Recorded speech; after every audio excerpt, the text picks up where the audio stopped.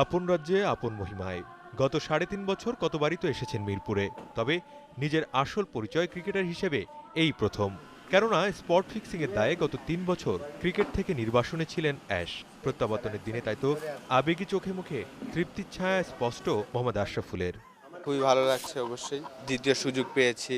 আশা করব বাকি জীবনটা যেন ভালো মতন কাটাতে পারি। ইনডোরের নেটে উইলো হাতে নামতে যেন তর্সই ছিল না সাবেক এই অধিনায়কের। অপেক্ষার পালা শেষ, বৃহস্পতিবার হালকা ওয়ার্ম আপ করেই শুরু বোলিং মেশিনে অনুশীলন। মিরপুরে অনুশীলনের সুযোগ করে দেওয়ায় কৃতজ্ঞতা জানাতে ভুললেন না অ্যাশ। কোচিং স্টাফ বলেন, ট্রেনারদের একটা হেল্প পাবো এখানে, ইউজ করে যেন আমি ভালো ভালো ইনিংস উপহার দিতে পারি, সেটাই আমার লক্ষ্য থাকবে। জাতীয় দলের হয়ে পার করেছেন ক্যারিয়ারের ১৩ বছর। শেষ ৩ বছরে আশরাফুল যখন ক্রিকেটের বাইরে, ততদিনে স্বপ্নযাত্রায় দীর্ঘ পথ পাড়ি দিয়েছে বাংলাদেশ।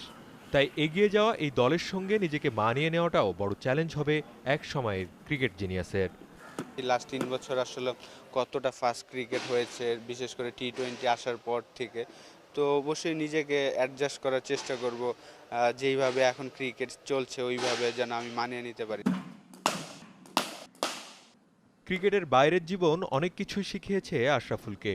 দীর্ঘ এই সময়ে নিজেকে চিনেছেন নতুনভাবে, তাই তো মানসিকভাবে এখন আরও বেশি শক্ত। টেস্ট ক্রিকেটের সর্বকনিষ্ঠ এই সেঞ্চুরিয়ান। যেই সাপোর্টটা পেয়েছি সবার কাছ থেকে, তো তাদের জন্য হলো আমি কিছু করে দেখাতে চাই, যেন আমি আরও ভালো কিছু দিতে চাই দেশকে, ইনশাল্লাহ। নানা জটিলতা কাটিয়ে আসন্ন বিসিএল দিয়ে আবারও মাঠে ফেরার জন্য প্রস্তুত হচ্ছেন আশরাফুল। তবে আইসিসি ও বিসিবির নির্দেশনার দিকে তাকিয়ে থাকতে হচ্ছে তাকে। সালাউদ্দিন সুমন, যমুনা স্পোর্টস, ঢাকা।